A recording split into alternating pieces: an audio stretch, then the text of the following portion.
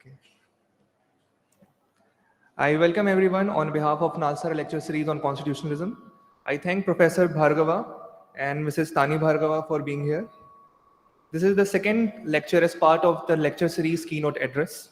Yesterday, Professor Bhargava spoke on the topic, what is theory and why do we need it?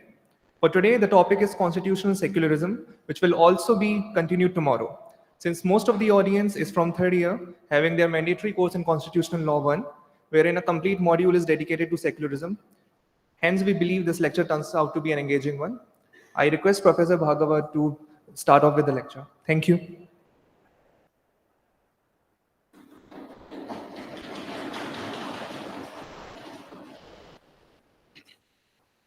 Thank you, Ayush.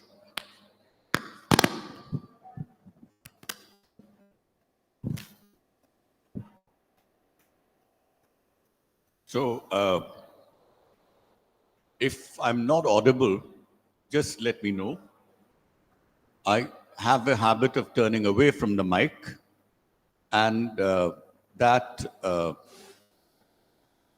does obstruct proper communication to the audience. I'm sometimes inaudible.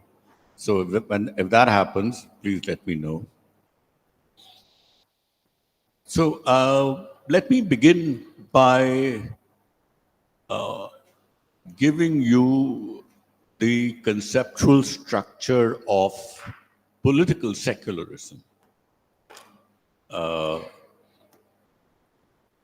If you look at the bare bones of a critical perspective such as that of political secularism, you find that it can be laid down as follows. The state is separated from religion for the sake of some values.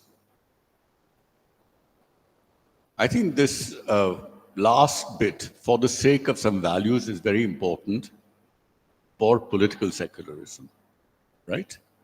A lot of people think that secularism simply means separation of state and religion. And in the West, they reduce it even, they interpret it or define it even more narrowly as separation of church and state. Well, that church-state separation is simply a very tiny part of the idea of political secularism in India. I think it's much better to talk of secularism in India or political secularism in India as involving the separation of state and religion rather than church, for obvious reasons. I don't have to specify that. But I think in addition to that, the value bit is extremely important. Secularism is a normative doctrine. It's a value-based doctrine, right? So this separation has a point. There is a reason why you need to separate state and religion. And to understand those reasons in terms of these values, which give point to this idea of separation, that's extremely important. Now, what are these values? They can be, you can either define them positively or negatively. And I'm going to elaborate on all this as I proceed. But positively, the main values, at least in the Western world, and everywhere, including in India, are liberty and equality. And liberty includes religious liberty, religious freedom. So, and equality includes equality of citizenship, which is very, very important. So separate for the sake of liberty, including religious liberty, and equality, including equality of citizenship. But there is a third value which is extremely important, and that is fraternity. It's implicit in our Constitution, although it is present in the preamble, as you well know. It's it's something which is, I mentioned yesterday that it's a background assumption.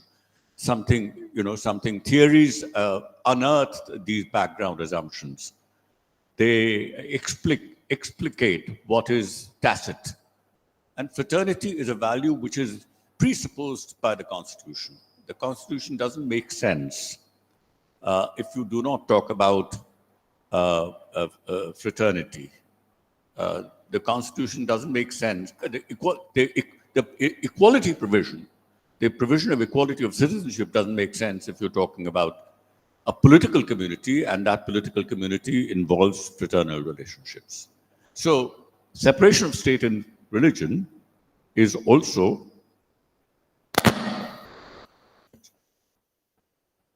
is it so I can okay do I have to bend or okay, okay, I can do what I want. Okay, so separation of state and religion in order to promote equality, liberty, and fraternity, right? This is important. But you can also put it negatively. It's for these values, but it's also against all those things that undermine these values. So the opposite of freedom, you can say, is not only is unfreedom, but you can domination, right? Which undermines freedom. So it's against domination. If there is any, if mixing of state and religion perpetuates domination, then in order to undermine domination for the sake of freedom, you better separate the two. Or equality, right? The opposite of equality is inequality or hierarchy. So if you want to, if hierarchy undermines the value of equality, and if mixing state and religion promotes hierarchy instead of undermining it, then we better separate religion and state. And likewise, fraternity. If relations between communities, instead of becoming fraternal, become hostile, or if there is enmity between communities because of the mixing of religion and state, mixing religion and state, then let's separate the two. That's the point. So it's secularism, as I said, it's religion-related domination. It's religion-related hierarchies. It's religion-related enmity. That is at stake in secularism. There are lots of other forms of domination, forms of hierarchy, forms of enmity that are not religion-related. And secularism, that's beyond the scope of secularism. Secularism speaks of, or it professes that state be separated from religion because there are religion-related hierarchies, dominations, and enmities. And separating both will, in the view of people who are proponents of secularism, separation will help us. That's always. Maybe I should. Okay. Well, keep telling me. So it's okay. So I'm used to moving around, and I think I can. If I did that, it might be better. But does it work for you? This, You can just keep it. yeah, I'll also have that. Because even if you bend backward and all that, Okay. All right. you can keep it in your back. Oh. Yeah, that will work. So you let now. Okay, is that better? Are you okay? So right, so let me. So I've argued that political secularism in India and you find that in the Constitution as well. So it is Indian Constitution secularism. Separates religion and state to fight or to oppose institutionalized religious domination and hierarchies or enmities. But I've covered this under one term, domination. I don't, it's very, it's a bit cumbersome to keep using many words. So I think it makes sense just to say opposing institutionalized religious domination in two forms, inter-religious and intra-religious domination. So you need to separate religion and state for the sake of, to oppose these two forms of domination. I'll now explain by examples what these two forms of domination are. But before I do that, let me also spell out what I mean by separation. Separation, mind you, is a metaphor. And it can mean, it has been interpreted in different ways in different countries. It can mean exclusion. You must exclude religion from the affairs of the state. And you must exclude state from the affairs of religion. That's mutual exclusion, right? Both must be one, neither should interfere in the affairs of the other. Mutual. Each has its own jurisdiction. Both are important and both should be independent of one another. This is one way of interpreting separation, mutual exclusion. The other is, this is very dominant. This is one prominent interpretation of the idea of separation as mutual exclusion is found in the United States of America. Thomas Jefferson called it the wall of separation, right? We must have a wall of separation between state and religion. The Congress shall not pass any law which pertains to religion.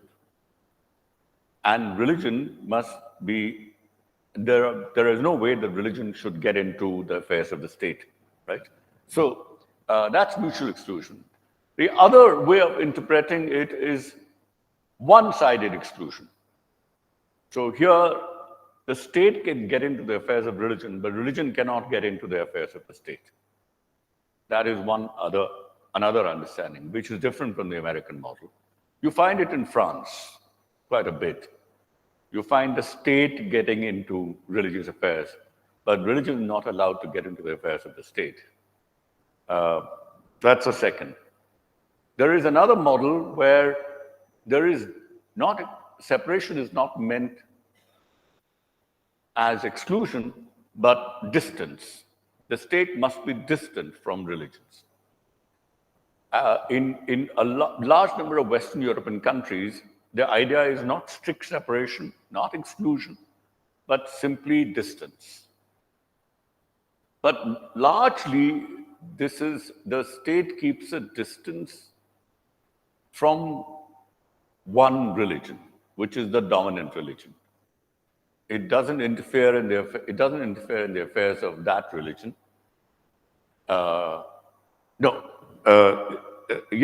It's one-sided distance. It doesn't interfere in the affairs of religion, but it allows some inclusion and some interference by religion in its own domain. You find that, for example, in England or in some of the Scandinavian countries. That's the way they understand their secularism. And finally, there is another way of interpreting separation by which, this interpretation is found in India.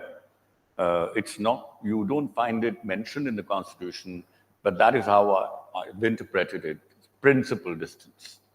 The state keeps a principal distance from all religions. It's not with reference to just one religion. It's not just any kind of distance. It's based on certain values. I've just outlined this. I don't want to. I'll elaborate on this a little later. But I just wanted you to understand that the separation itself doesn't mean just one thing. It means multiple things. And you must keep that in mind.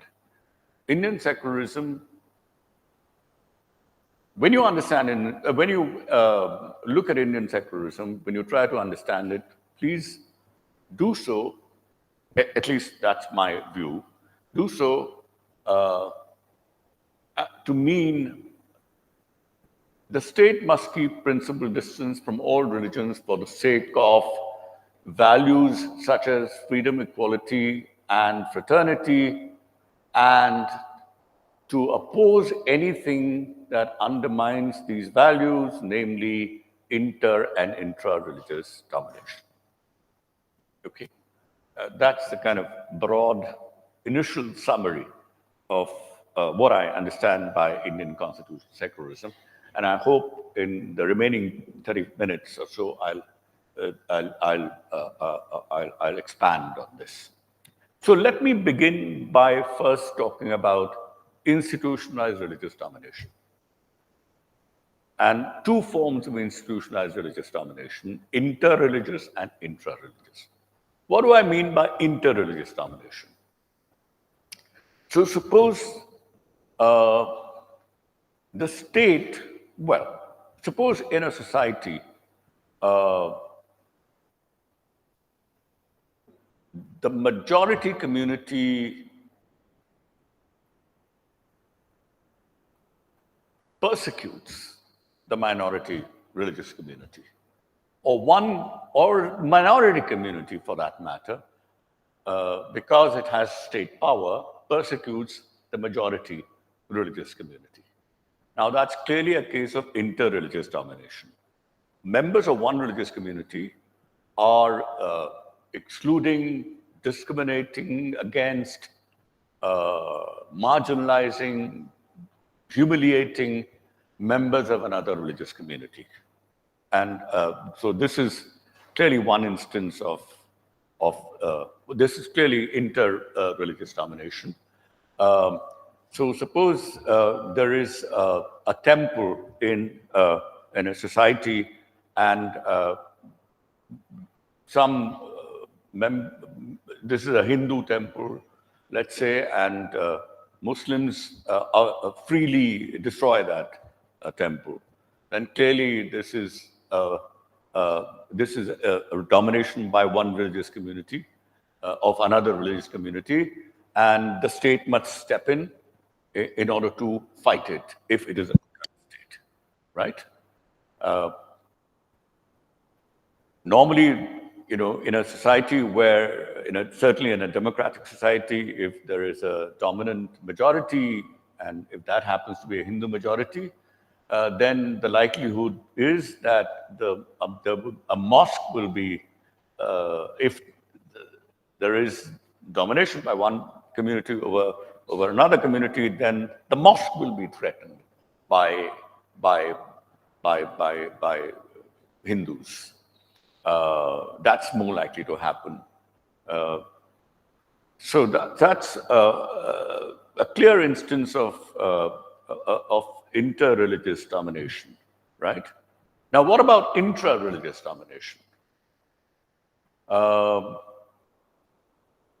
In intra-religious domination, members of one religious community happen to against, exclude, marginalize, degrade, humiliate, exploit members of their own community.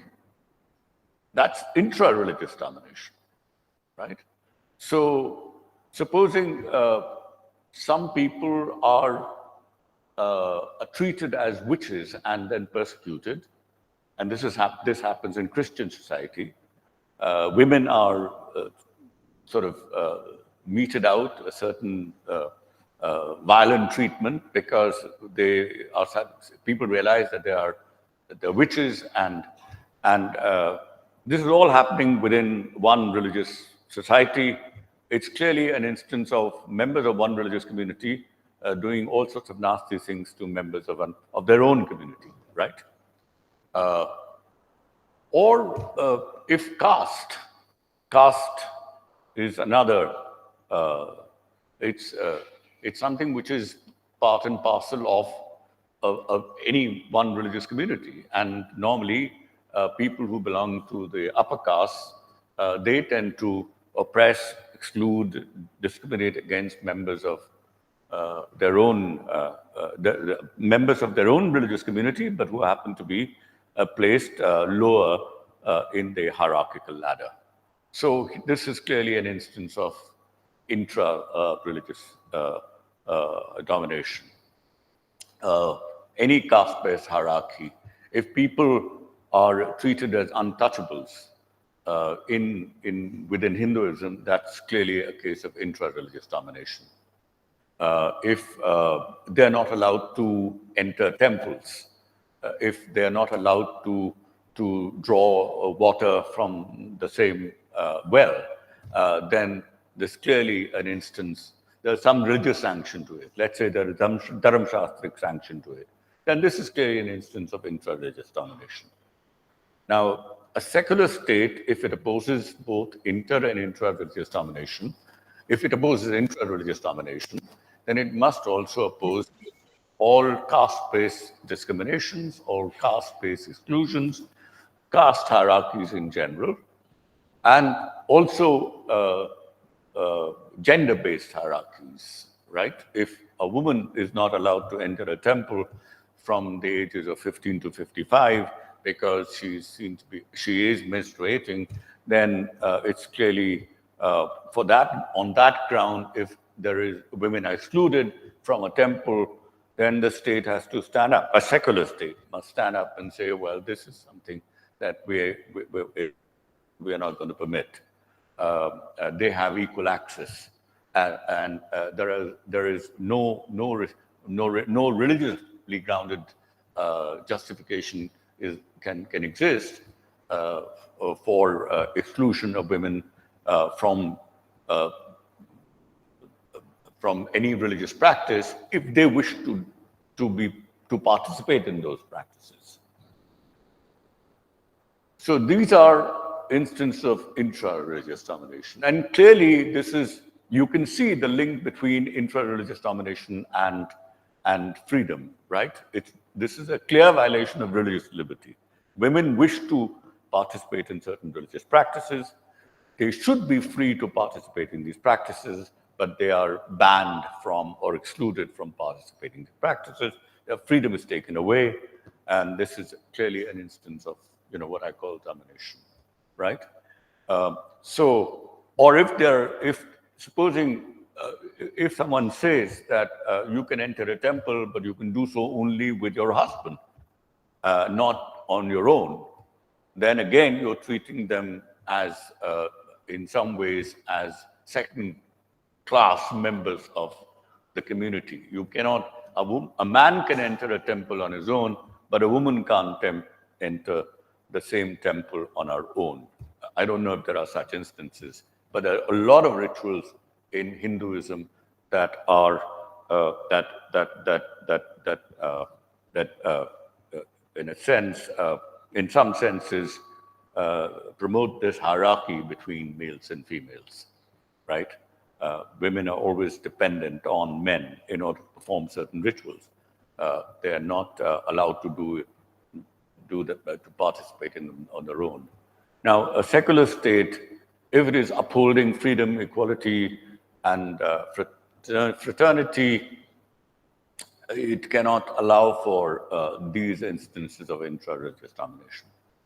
There is another instance of intra-religious domination, and that has to do with sectarianism. Any religion, in any religion, the core beliefs and practices of that religion will be interpreted variously. There'll never be one single way of interpreting those core beliefs and practices. And over a period of time, people tend to form sub-communities or sects. within those religious communities. And there shouldn't be, the state cannot side with one interpretation. It cannot belong to one sect of one religion. So, it must be impartial towards all interpretations and therefore towards all sects. A secular state should be. And this is another way in which you can perpetuate intra-religious domination. If one sect dominates other sects, then there would be intra-religious domination in that society, and the state can either perpetuate that intra-religious domination or it can fight against that intra-religious domination. And a secular state is committed to fighting that intra-religious domination. Not allow, for example, Vaishnavites to prevail over Shaivites, or Shaktas to prevail over Vaishnavites, and a Shakta in a community which is dominated by Shaktas. A secular state cannot allow that Vaishnavites have to follow the dictates of Shaktas or Shaivites and so on. Likewise, Sunni and Shias. If a secular state cannot permit Sunni views to prevail over Shia views, it must keep some impartial. It has to have an impartial attitude to it. Protestants and Catholics, the many denominations among Protestants, a secular state cannot allow one denomination, one Protestant denomination to dominate other Protestant denominations. That's also intra-religious domination. So, as I said, the values for which you need to separate are multiple. And the forms in which the forms taken by domination and oppression are also multifarious. And a state that is committed to being secular must ensure that there is all these forms of domination in society are reduced and hopefully eliminated, but at least there should be some reduction and not be perpetuated and certainly not be promoted. The idea is the belief of people who are proponents of secularism is that if a state is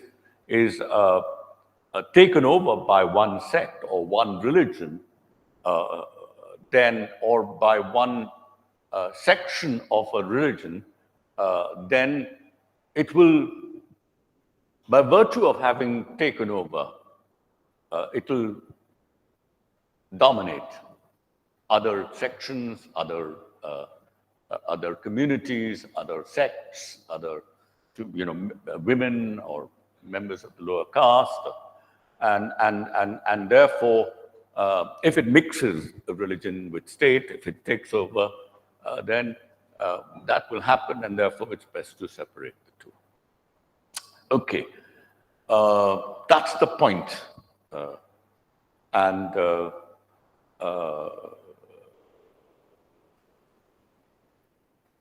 Now, what are the strategies what are the strategies that the state must adopt, or what would be the form taken by the state in order to prevent all these dominations? And here I would argue that one should look for separation, not only decode the meaning of separation, which I did initially, and I'll try and expand on that, but also I would argue that one should look at separation at three different levels. The first level is the level of goals and objectives. One could also call it constitutive identity. If the goals of the state are the same as the goals of any one religion, then there is a constitutive link between that religion and the state. So if you declare a state to be Islamic state, then it follows that the goals of whatever are viewed as the core values of Islam also become the core values of the state, right? That's total mixing. At the definitional level, at the level of identity, at the level of fundamental goals and values of a state, there is already a fusion. There's already some mixing. And at this level, a secular state, all secular states want to, wish to separate the goals of a state from the goals and values of a religion. No member in a society, and all societies are diverse. In no society should any one religious group define the character of a state. It shouldn't be an Islamic state or a Hindu state or a Christian state, or for that matter, a Catholic state or a Protestant state, because definitionally, the state is already biased in favor of one community. The identity of the state is defined in terms of that of a particular religious community. And that is a very fundamental violation of, say, equality of citizenship. The state will invariably give monopolistic privileges to one religious community or a section of one religious community. And that is totally violative of the idea of equality, right? So that is one level where there should be a fairly strict separation. Now, it may be that some values which are defined independently of any religion are also found in another religion. That's fine. There is no problem in that. But at least it should be conceivable that the values of the state are defined independently of the values of any religion, right? That's the first. The second important level in a secular state is that the institutions and personnel of the state should be very different from the institutions and personnel of a religious community. Now, that's where the word church-state separation is pretty valid, at least for societies which have churches, right? No priestly class should become the political class. No religious institution should become identical with a political institution. So the parliament cannot be dominated by the clergy, right? The interpreters of the Dharam Shastra cannot become the interpreters of the Constitution, right? The personnel and there should be institutional separation. There should be personal separation, right? That's also very fundamental. But when it comes to a third level, separation has meant different things in different contexts and to different people, to different countries.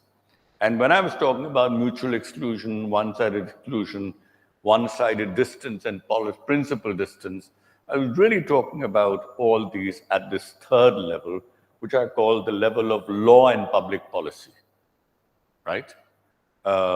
When you interpret the idea of separation as mutual exclusion, what you're saying is that the state shall not introduce any law which is which pertains to any religion. So no state can make a law for the church. The church personnel, I mean the bishop or the archbishop or the pope will make laws pertaining to all Christians, but the state shall not make any laws. Now imagine this situation in India. Let's say there are sort of specialists who interpret the Dharam Shastra, which is a text written by Brahmins for Brahmins. So there's the Brahmins are now, these Dharam Shastric Brahmins, not Brahmins generally, let's imagine that these Brahmins are now asked to make the constitution. They would like to make the constitution in accordance with the Dharma Shastra. The Dharma Shastra believes in Varnashram Dharma. It believes in fourfold hierarchies, and it also speaks of the outcasts, which means that the constitution in India will be run in accordance with the Dharma Shastra as interpreted by certain Brahmins. Now, that is something which no secular person or nobody who believes in secularism can simply think of. So it's very clear that that is, in a sense, simply unacceptable, right?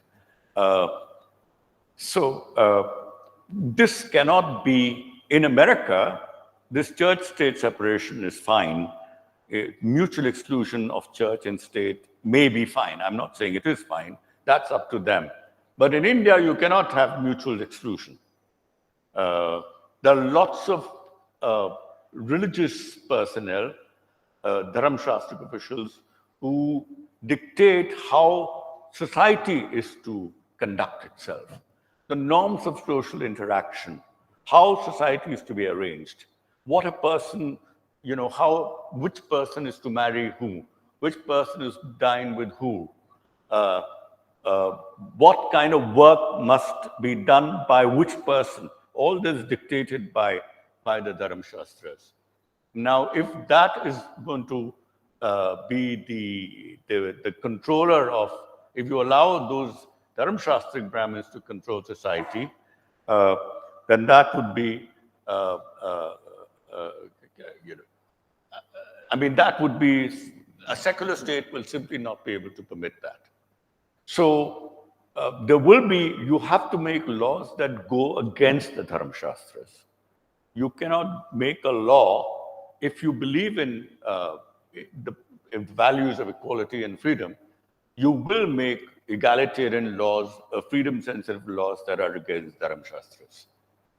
And if people within, in the Hindu order believe that the state should keep out of the laws that it's making, then we will not be able to make any changes to the fundamental nature of our society.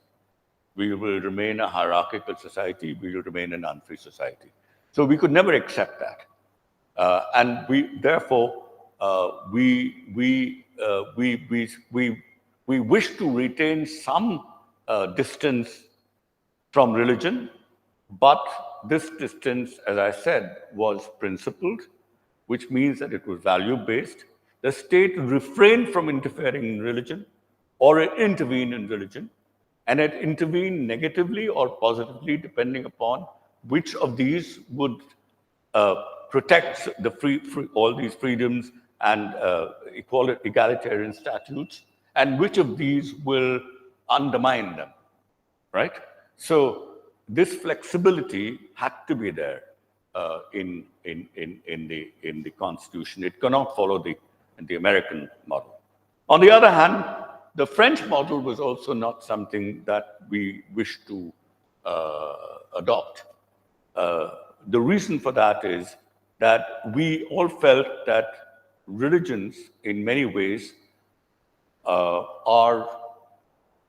they provide us with some vision of how to achieve self-realization, how to find self-fulfillment, how to achieve the ultimate goals of our life. And there should be no state interference in the pursuit of these goals of self-fulfillment. And religions provide a valid framework to pursue these goals. And no state should dictate to any religious person which goal to pursue or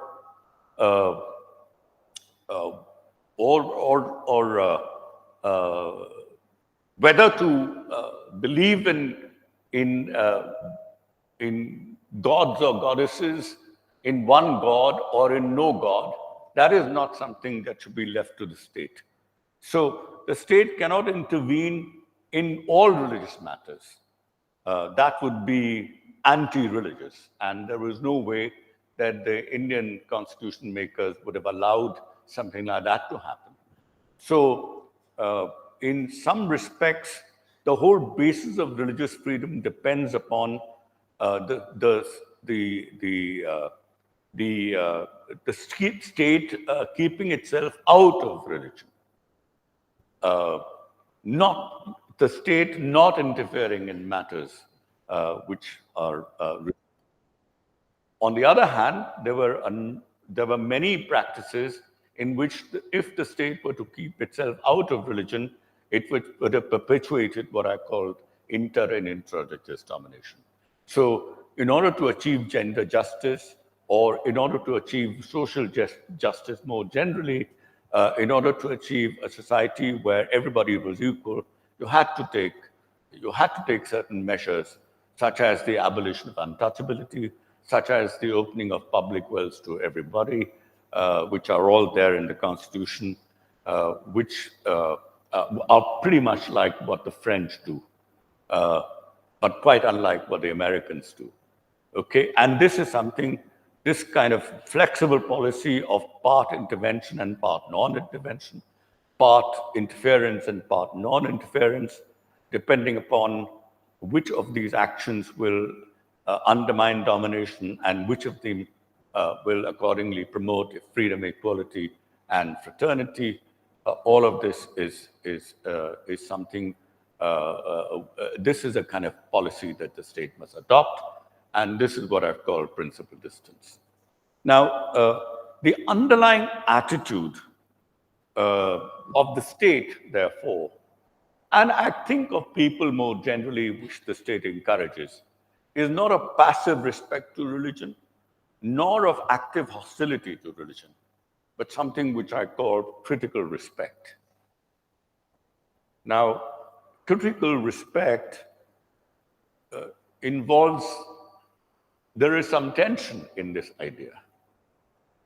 When you respect somebody, there is a tendency for people to believe that you have to be deferential to that person, right?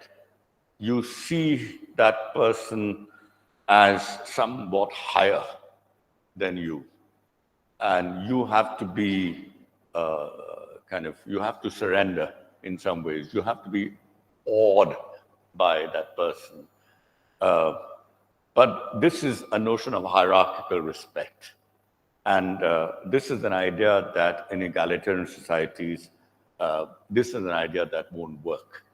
So respect has to be egalitarian respect. That is to say, you have to respect the dignity of everybody. But respecting the dignity of people is entirely consistent with disagreeing with them in some aspects, in some respects. And if you disagree with them, then in those respects, in those aspects, without necessarily degrading them or humiliating them, you can respectfully be critical of those practices with which you do not agree. So this is exactly the attitude. A critical respect is an attitude that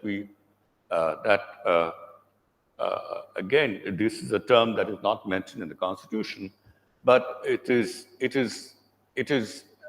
found in the many articles that there are in the Indian Constitution. And when we come to the discussion, I've been laying bare the conceptual structure, but when it comes to when we discuss, then we can actually discuss some of the articles, the various articles in the Constitution, where you find both critical respect and principal distance towards all religions, right? There is one last thing that I mentioned, and then I'll stop. I think,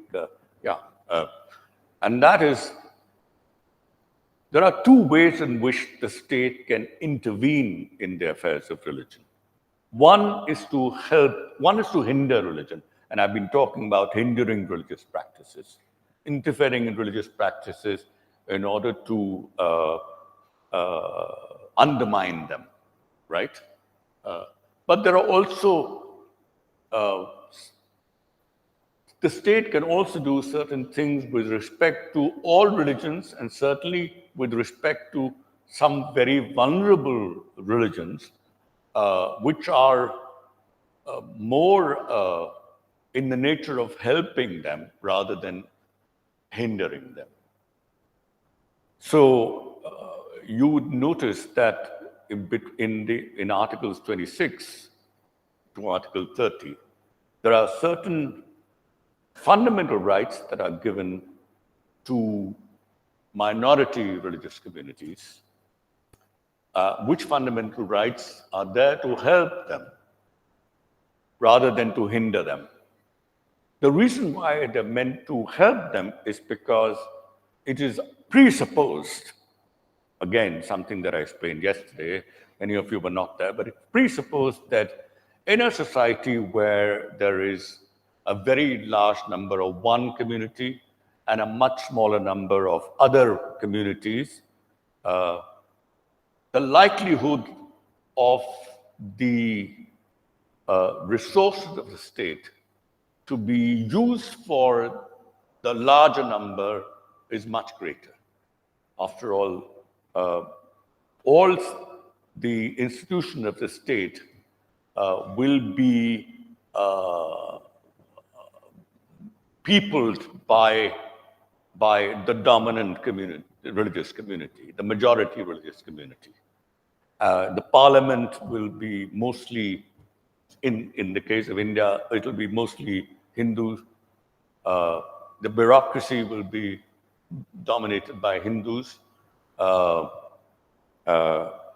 therefore by the majority. Let's not name them, by the majority, but the minorities should be able to achieve exactly what the majority is able to achieve routinely. By the nature of it being what it is, it will be able to get all that it wants because the entire society is predisposed in their favor. So the state must be able to help these minority communities in a way, not so that they procure more than what the majority, that's something very important, but in order that they are able to procure what the majority routinely gets. So, to take one example of why you have, these rights are not privileges. These rights are to enable equal treatment of people from minority communities, whether they are Muslims or Christians or Sikhs. They are to treat, so in order to treat them as equals. Now, let me give an example from another sphere in order to demonstrate the point, in order to illustrate the point that I'm making. Let's say there are people who are physically challenged or they are differently abled. But let's say this, and here we are really talking about a challenge, right?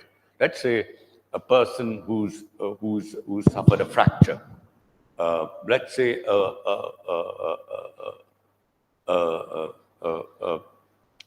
person who's lost an arm, a leg while fighting a battle. Let's say a person has lost his eyes for some reason or the other, and therefore is not able to walk up the stairs without some help. Now, all these people would benefit from something like an escalator, right? Let's say they all want to go to the first floor in order to attend a function. Most able, routinely not kind of able people will simply run up the stairs and reach the first floor. But old people, pregnant ladies, people who are in some ways physically challenged are not able to run up the way, other sort of average people are. And let's say the resources of the state are now used in order to procure a lift, to have an escalator for all these people. Now, people can't say that some injustice has been done because resources are being used in order to help a small group of people who are physically in some ways disabled or challenged. Or I think what they're able to do is to achieve or to reach exactly where the other people are routinely able to go. And that's exactly the point of these rights, which are given not only to religious but also to linguistic minorities, right? And there's one right which is special, which is to set up educational institutions, which is there in Articles 26, 28, 30. All of them talk about educational institutions. These are rights which are given to religious minorities and linguistic minorities, and they are enabling rights, right? They are helping. The state is actually recognizing that they need some guarantees that the larger people in larger number will not prevent them from doing certain things like setting up their own educational institutions and teach in the curriculum something which is which pertains only to them. That's something that the state. So in some ways, the state helps all religious groups, but sometimes particular religious groups. And in some ways, the state hinders all religious groups and sometimes particular religious groups. A caste, for example, is actually all pervasive. It is there in every religious community. Gender-related domination is there in every religious community. And therefore, in the directive principles of state policy, you mention the word is not it's not a terrific word, uniform. But I think a common civil code, which is gender just, is something which is very desirable. How to achieve it is a different matter, and we can discuss it. But it's a desirable thing, and it's there as part of the directive principles of state policy. How to do it with, at what stage, at what time, with the consent of the community, without making them feel that they're, too much alienation. That's a different story. But the goal is a desirable goal to have. A common civil code for everybody is something that I believe is desirable. So the state intervenes in all religions if those religions undermine certain very fundamental values, and it helps religious communities because it helps religious freedom, which is one very important component of freedom. And the state is able to do both. Is able to do both because in the Constitution there are provisions, there are articles which compel the state in a certain way, which compel the state to act in certain ways and not in other ways. And this is absolutely central to the Indian constitutional secularism. Have an attitude of critical respect towards religions, all religions. Have a policy of principled distance. Have this flexibility, and all of this. Adopt mutual exclusion, one-sided exclusion, one-sided distance. Have principled distance. Or valueless distance, have principled distance in order to promote the values that I talked about in my initial remarks, and to undermine both forms of institutionalized religious domination, inter and intra.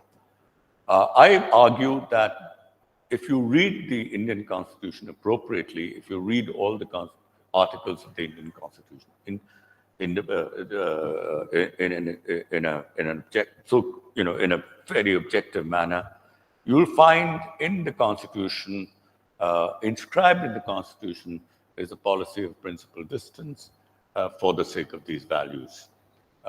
This makes Indian constitutional secularism very distinctive. It is not identical to the kind of secularism that you find in other countries, where there is either a hands-off approach to religion or unbridled interference in religion. We in India, we have this balanced approach, this approach of accommodation of different values. And that's what makes Indian constitutional secularism very distinctive. I'll stop here.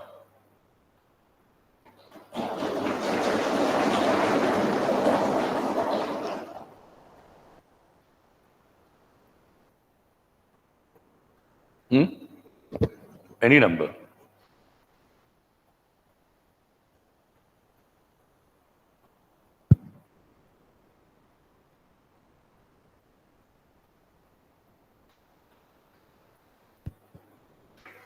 मैं पूछूंगा. So, sir, it might appear to be a far-fetched question, but indulge me. So, caste and religion are not comparable in pure technical terms, but in terms of how in the majoritarian setting that we have, religion in itself, how is that manifested, has imposed a hierarchy where the Muslims can be considered to be bottom, and there exists sort of an hierarchy. There's something in the mic. There's some echo in the mic, so I can't hear you properly. Okay, can you hear me now? Yeah. Okay, so it's a slightly longer question, and it's a slightly far-fetched question. Huh?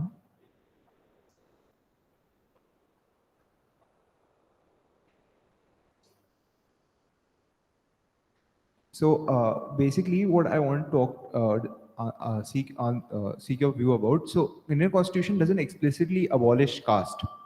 Okay. However, there are ideas which have been interpreted to say that Indian Constitution suggests a drive towards abolishment of caste. So, seeing how religion, though not equivalent to caste, has had impacts in terms of hierarchy, violence, social discrimination, in terms of caste, can the secular aspects, the equality aspects, and those aspects which drive towards an abolishment of caste can be read to mean that it also drives towards maybe a futuristic society where religion does not exist?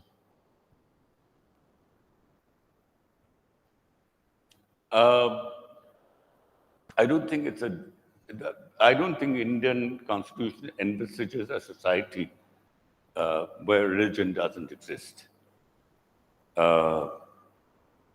Rightly or wrongly,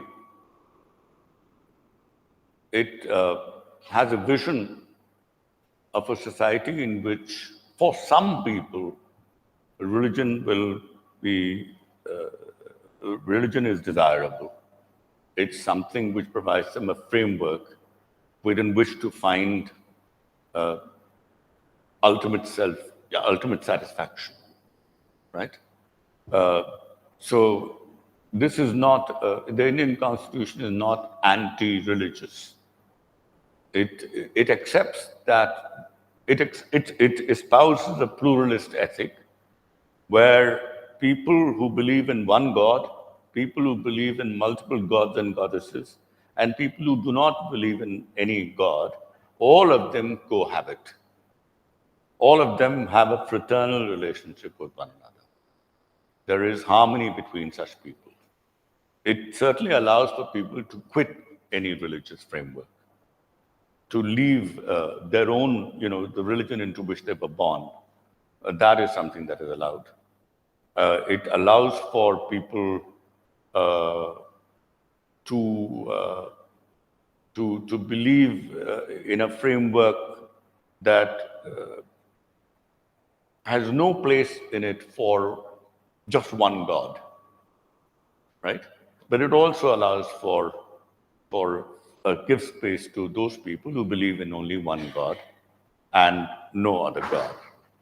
Now, that, as I said, this is an arena where some tensions will exist, but the Constitution tolerates those tensions and hopes to find a way around them, and doesn't see how one can completely get rid of the inherent sort of disagreements and even some conflicts that are part and parcel of a multi-ethical, society, a society where all kinds of people coexist.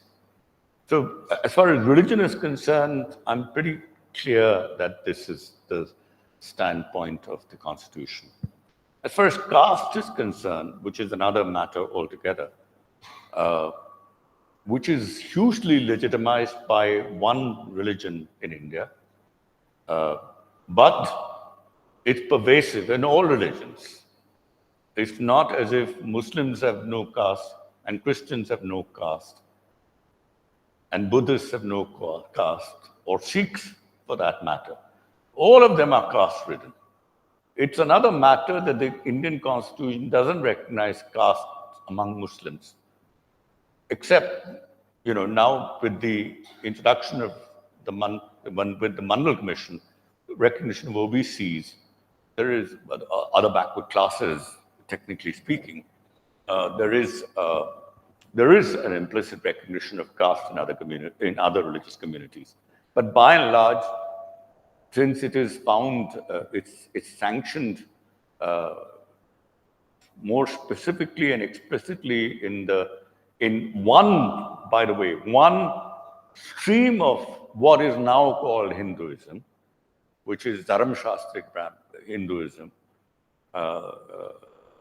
It is not explicitly recognized in other religions, and in fact, in many strands of Hinduism, there is a lot of opposition to both caste and caste inequalities.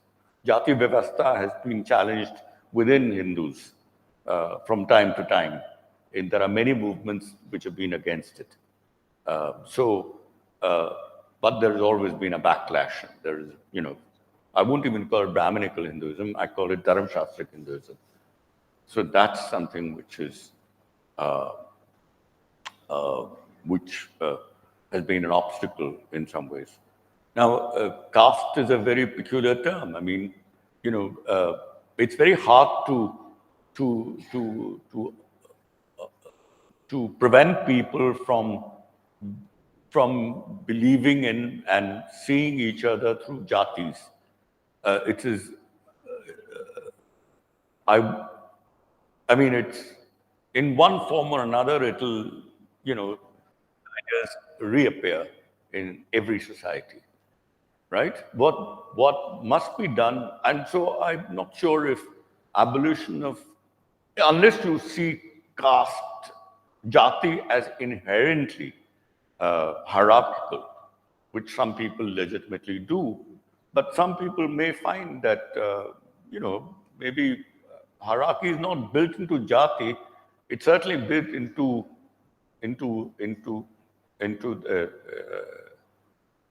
a certain pattern of relationships envisaged by Brahmins. Hierarchy is built into that. So caste hierarchy is jati hierarchy between a jatis, caste, let's call it caste hierarchies. That's certainly a very Brahminical view, which is found in the Dharam Shastras. But I mean, whether it's inherent in the very idea of a jati is something which I'm not sure of. So if there is a way of recognizing an egalitarian society where people also see themselves in terms of jatis, as long as they recognize each other, I mean, I'm agnostic about it. But on the ordering of jatis into a hierarchy, not just jatis, but constellation of jatis, caste, the varna system, four varnas and an outcast, that is certainly the Constitution abolishes. It tries to abolish it. There is no way that you can make sense of the egalitarian provisions of the Constitution if you actually believe in hierarchical order of castes and so on. You can't make sense of the article pertaining to untouchability if you actually believe in the dharma, in the jati varna vyavastha. Varna ashrama. So I think, I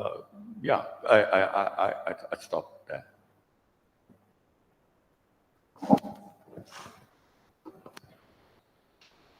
Thank you, Professor Bhargava. I think your lecture has provided the kind of churning that will outlast the series of lectures that you are here to give. So my questions are, actually I have 3 questions. You can choose to answer any one that you think speaks generally to everyone. So when you help us think through the value framework of political secularism, then I was thinking that knowing the history of secularism institutionally, also the kind of conflicts that it presents when we are reading 25 to 28, I was thinking that what does freedom of religion give us independently that can't be secured through a thick reading of equal protection of law, substantive equality, anti-discrimination framework, along with liberty? What it is that is there in there, it existing as an independent right. And I'm saying it from the point of view of thinking about asymmetric protection to minorities under Article 14, thinking about the intra-group conflict where women or Dalits can be minorities, where if we think about the intersectional framework of discrimination, of reading caste, sex together, and how maybe that framework can penetrate through those identities which are minority within a group, which can also be a minority at a national level. And also in terms of Article 26, which is freedom to open educational institutions or to own a religious land by a denomination. Can't these also be secured? What it is that why is it that we independently need a freedom of religion, knowing how it has been problematized? The second question is, you mentioned about at one point of time about religious identity. Then I was just trying to think that in terms of theory, how should we think about a religious person, which is in terms of a religious belief, a religious identity, a religious self, and what and how does it relate to the questions of state interference or group interference when a person has identified to a different degree with a religion?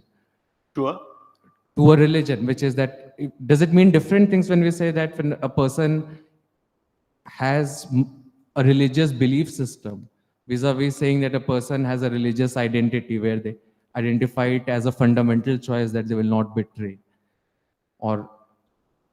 And at any point of time, I was reading your work on multiculturalism, and I think you make a distinction in intra-group identity, that there is a middle line between a communitarian way of understanding it and a liberal framework, that with respect to some characteristics of minority within a group, that deserve universal respect and protection, but there are some which are necessary for the protection of the group. In context of India, where all of these things are playing out in terms of intra-group domination, I'd be very grateful if you could also touch upon that. Thank you. Thank you. So I'm going to answer one or two of these questions, but let me say at the outset that I'm happy to provide a critique of what I just said, of myself. I mean, the framework that I outlined, there is a very fundamental critique that I can offer, and I have offered in some of my books. This framework largely presupposes that there are religious communities that are sufficiently demarcated from one another, and that every person belongs to one or the other. Every person defines his identity in relation to one or the other of these religious communities. I believe that even today, and certainly in the past, this is a framework that was certainly not very important. That this is something that has come about because of the introduction of the, I mean, this requires a series of lectures, and therefore I didn't want to bring it in today. This entire framework on which the Constitution leans depends, it can work only after the introduction of the idea of religion in India. Now, a lot of you might get a little foxed by what I just said. But in my latest book, short book, I've tried to argue that it's not secular which is fundamentally foreign to India. It's the idea of religion which is fundamentally foreign to India. That we had so-called religio-philosophical experiences and practices, but we did not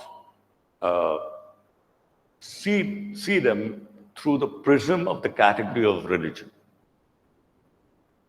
The reason why, I mean, this sounds, I don't know if this would be clear to many people, because is very cryptic the way I said it. But the idea of religion as it was invented in the Abrahamic traditions and as it was consolidated in the 16th, 17th century Europe, presupposed the idea of religion is an idea that the world is divided into communities which are very tightly organized and which are demarcated from one another and which are mutually exclusive, and that people can belong either to one or to the other, but they cannot belong to both. And that there are gatekeepers who make sure that you belong to one and not to the other. Now, that is an idea which I believe was foreign to large numbers of Indians before colonial modernity, that people believed in multiple allegiances, people believe in multiple belongings, multiple attachments.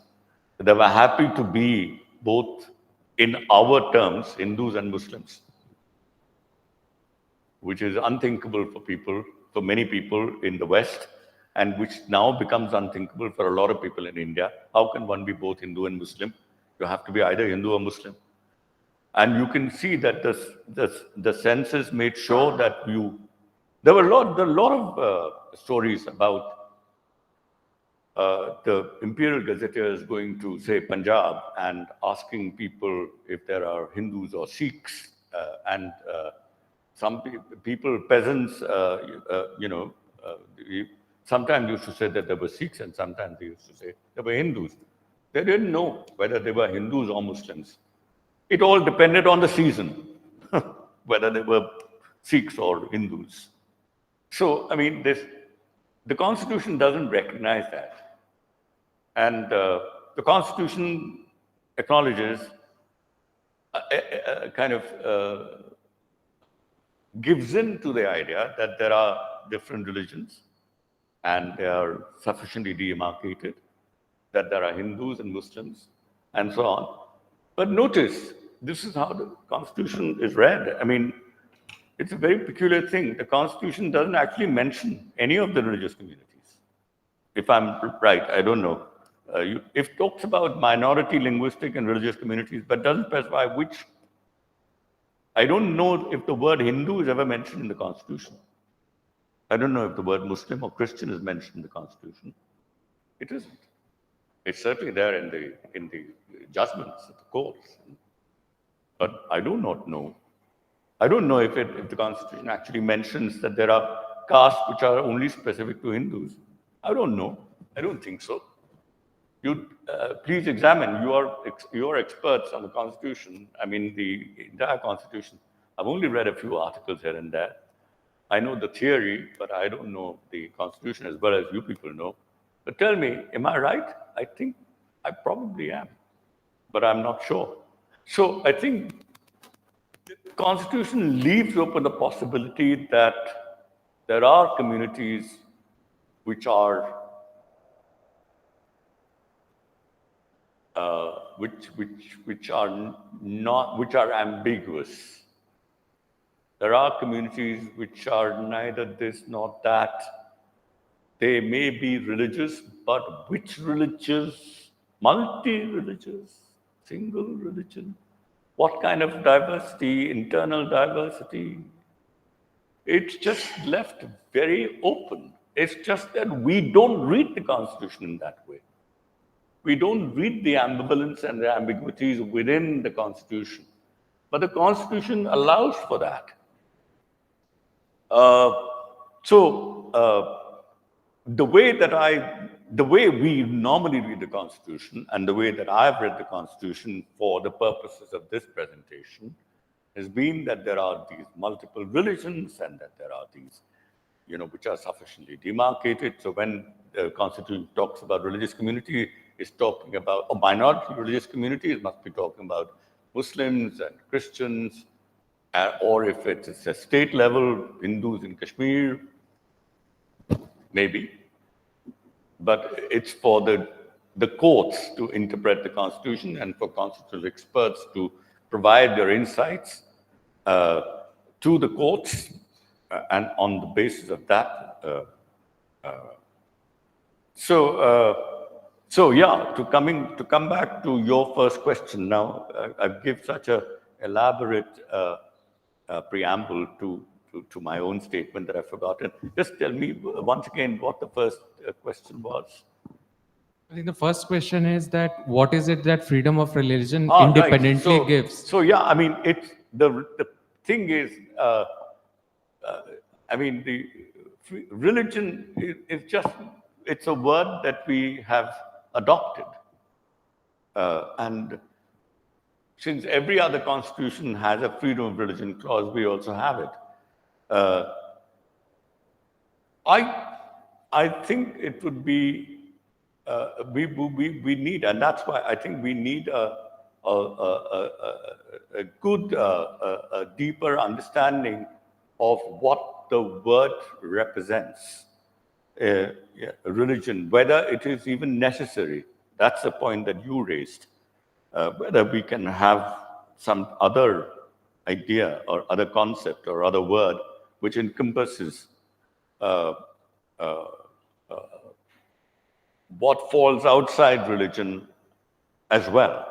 Now, I'd say two things. One, I think what is very basic to all human beings at all times is the striving for some life which transcends our current situation, life as we find it.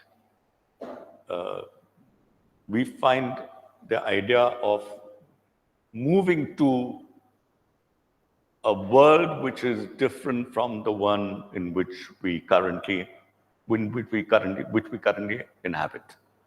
That's something which is now, whether it is some other world here and now, or whether it is some other world somewhere else, whether you duplicate the world, you complete and full transcendence of the world, whether you are radically otherworldly. I mean, Buddhism early Buddhism certainly, and maybe Jainism, neither of them believed in some other world. Christians do, but the Vedic worldview was certainly, it didn't believe in some other world. It didn't duplicate the world. Actually, the Rig Vedic worldview believed that there is only one life, that you're born and you die in this world. You do not. Swarga is another point in this world.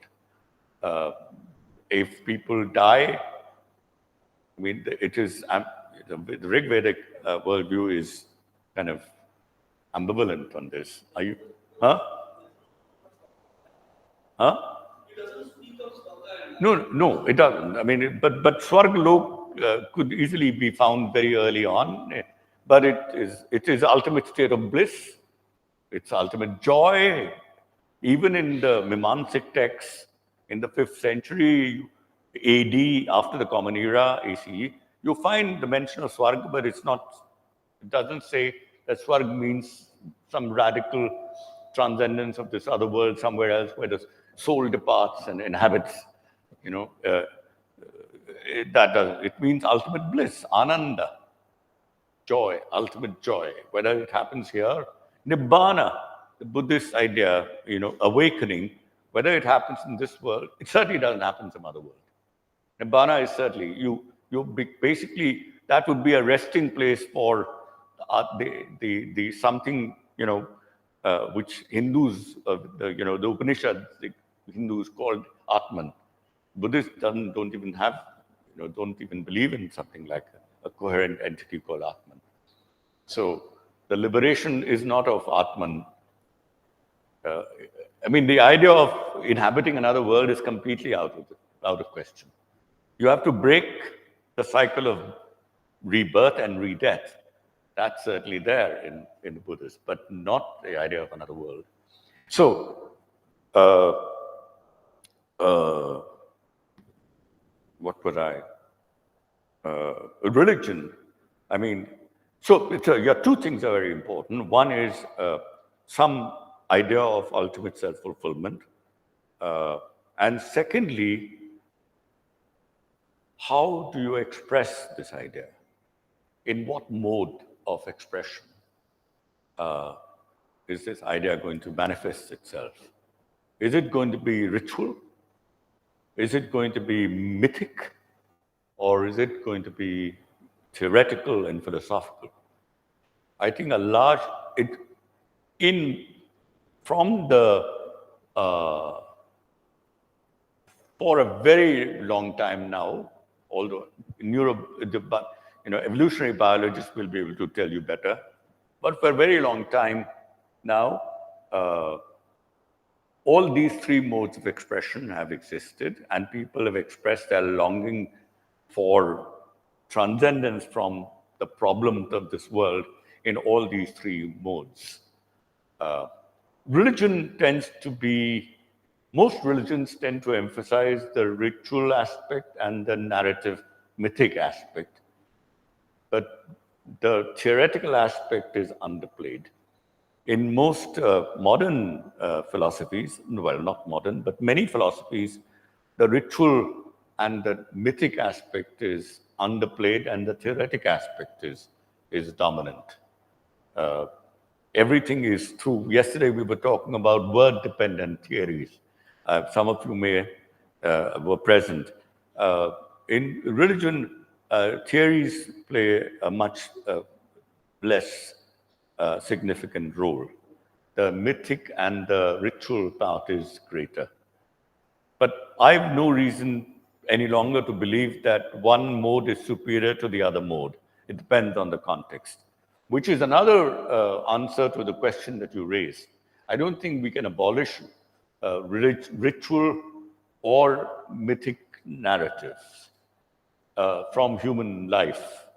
And as long as they are not abolished, the ultimate longing for the ultimate goal will be expressed in religious terms. And so, since I do not believe that that the theoretic mode is necessarily in all contexts superior to the, the practical ritual mode and the mythic narrative mode, the Puranic mode, if you look at the in Hinduistic terms. I don't think that.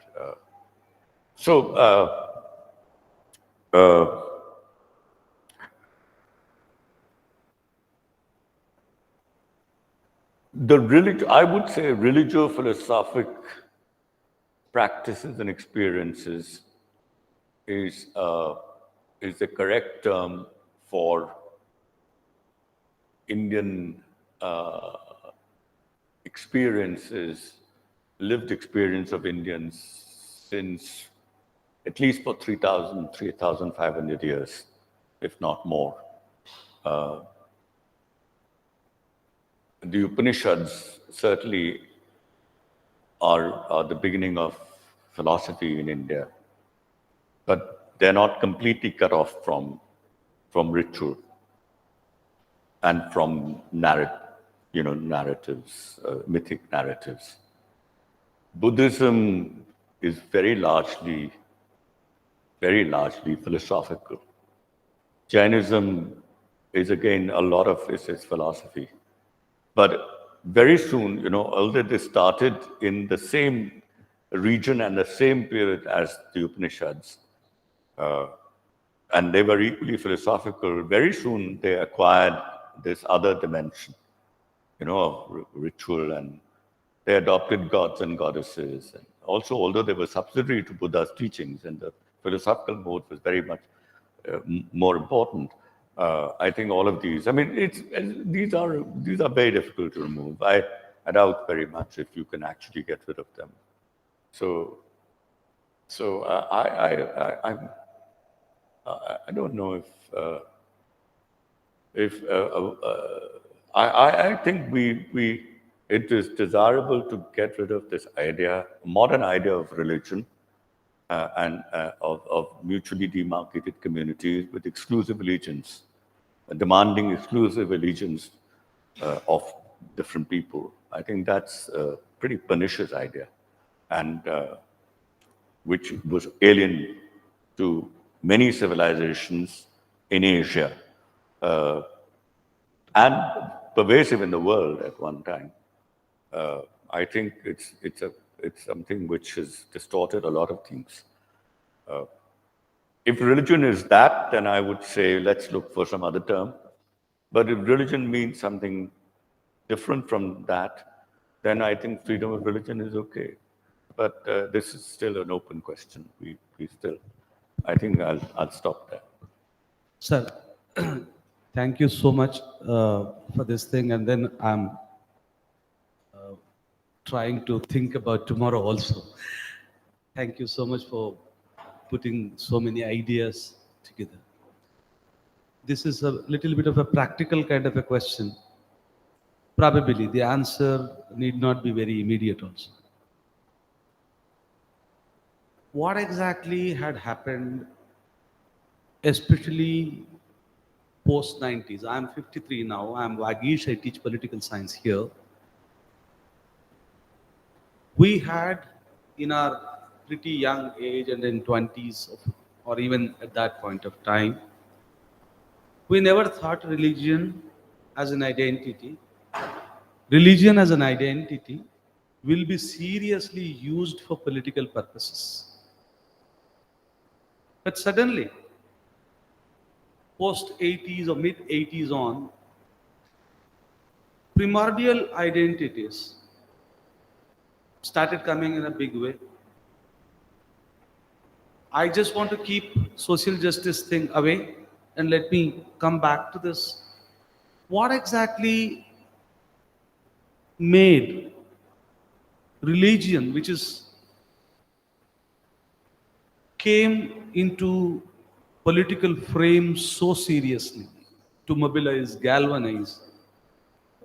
When I'm saying so, where exactly, as a scholar, as an observant and all that, because I'm at 6s and 7s, I don't know what exactly had happened, because I lived through this post 90s and all that. By 90s, I was 20 plus or something like that. So why exactly this upping of the ante of the religion becoming a very serious tool to capture political power? Why does it happen? What is the take? Is there any way out for the next generation and our generation to do something like that? $1 million question. Why has it become much more significant today than it used to be the case? I mean, there's a long-term explanation.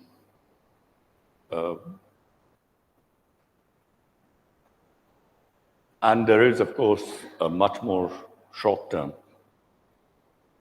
The long-term explanation, I've referred to the first point in that, which is religionization of India, the subcontinent, the introduction of religion. I'm using these words without explaining them, but the transformation of what we might call primary religions into secondary religions. These are terms that are used by a German Egyptologist. I've written about them. I can't explain them to you right now, but so the transformation of Indian self-understandings from which were independent of religion, that understanding was almost non-existent. I wouldn't say completely non-existent, but almost non-existent, to an understanding in terms of religion. Then the making of what I might call the comprehensive religion as a comprehensive system. I can't explain that right now, but that is something that the birth of what we can call world religions, which begins in the 19th century. There was, if you look at, for example, there was no term like Buddhism. I mean, if you look up the encyclopedia, I mean, in English, I mean, there are Hindus. In Kabir talks about Hindus and Muslims, but Kabir never talks about Hinduism and Islam. There is nothing like there are people who followers of the Buddha, but there's nothing called Buddhism. Now, these are comprehensive entities. So this is something which takes birth in India in the late 18th, early 19th century. And a large number of so-called Hindu social reformers are completely invested in the project of making this world religion. Hinduism is not just created by colonialists. Hinduism is created as a comprehensive entity, right? I don't want to be misunderstood. I'm not saying Hindus were not there. Hinduism is new. It's not that. There are all sorts of elements that go into the making of Hinduism were present earlier. But the making of a comprehensive phenomenon called Hinduism takes place only in the 19th century. Just as Buddhism, in English, the term Buddhism did not even exist. Encyclopedia Britannica, something which is there in the 19th, but certainly in the mid 19th century, the Buddhism is not an entity. Suddenly, Buddhism enters, but it initially is something like some naughty guys who are all involved in some terrible teachings. That's how it is described, but not as some major religion in the world. There's only one true religion, Christianity, that's it. And all other religions are not really religions. And slowly, and you remember Vivekananda in the World Parliament of Religions in 1880s or 1890s, whenever he went to Chicago, he's the one who actually talks about Hinduism, and people recognize that there is something called Hinduism, and they begin to at least acknowledge its existence and begin to give respect.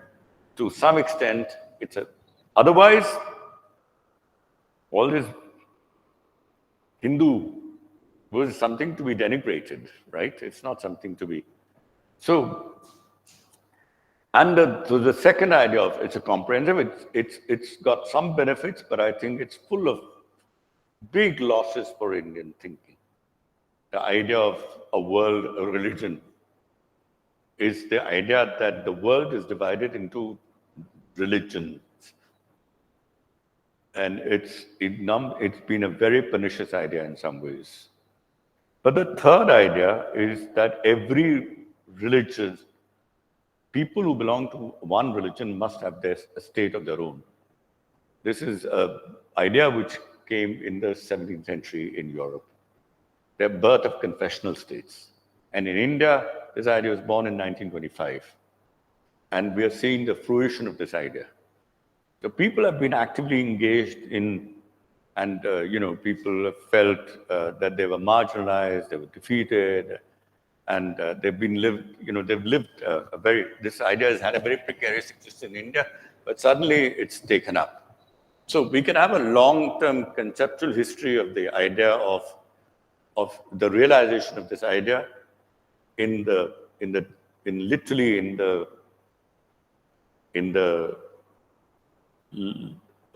late 20th, early 21st century, and then today, right?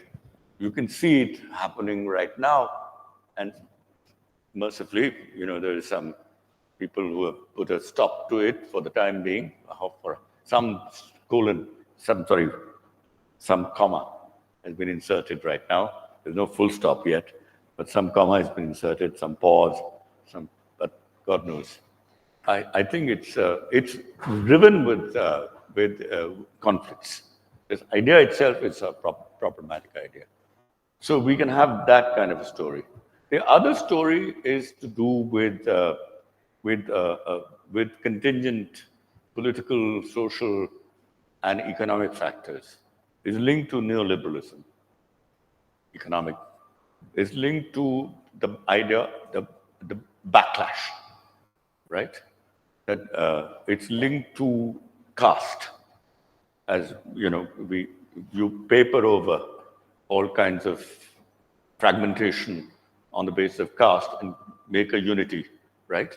Which is a larger unity of Hindus. And the only way in which you can do that is by scapegoating the minorities. There is no way that you can unite all Hindus except on the basis of what it is against. And so you have an anti-Muslim agenda or an anti-Christian agenda for that matter. And so economic, social, political factors. I mean, suddenly what happens what a fillip that this movement got in 2013 out of nowhere. The contradictions of the major political party in India, the Congress, the contradictions keep piling up, and suddenly it sort of breaks up, and there is an empty space which is filled by another party which sort of gives the idea of being a national party which can replace the Congress. I mean, it's a purely contingent thing. There was nothing necessary about it, but it happens. So a lot of contingent factors have resulted in what has happened in the last 10 years. So,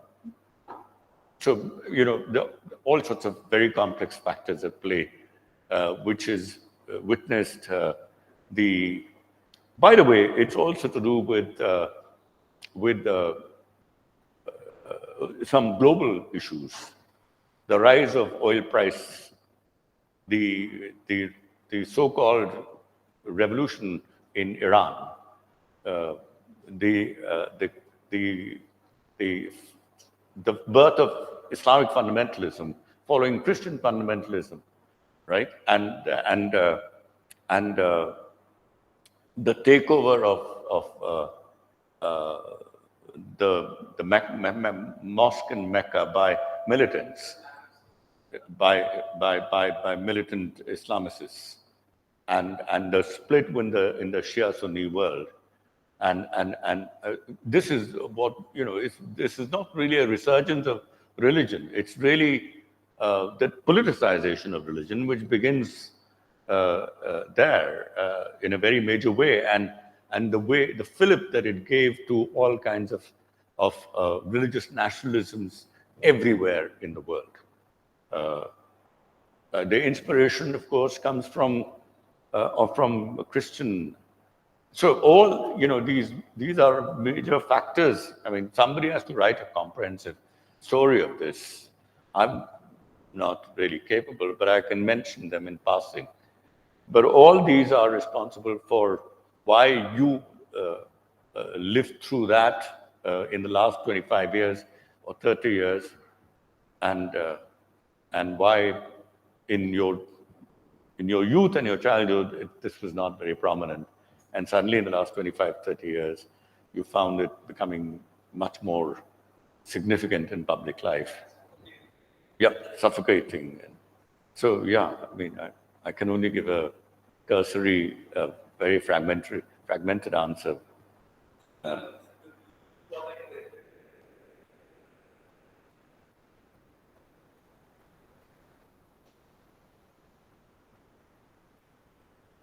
So thank you, Professor Bhargava, for this lecture. Tomorrow we would continue on the same topic. So we would expect I think third years would also be expected to attend the same. And I thank everybody on behalf of our lecture series to having attended this talk. Thank you so much. Yeah. Tomorrow, so tomorrow I will talk. I can talk about two things. I will talk about the problems of this in this idea, and how all these problems have unraveled in the last 30 years. But again, more ideational and conceptual rather than economic, political. I wouldn't give an explanation of the kind that you demanded, but the inherent sort of weaknesses of the idea of secularism, and the way it's been distorted and misused by both its proponents and its opponents. I think my emphasis is more on self-examination and the failures of people who tried to realize this project, rather than on those who have always from the beginning attacked the project. I'm not going to bother with them. I'm much more interested in self-correction, course correction. So I'll talk more about that tomorrow. And I hope you can talk about constitutional cases, and I can also learn a little more about the legal aspects of it. Thank you so much. I'm Vagish. I teach political science here. Okay. Okay. I'm with CSTS locally.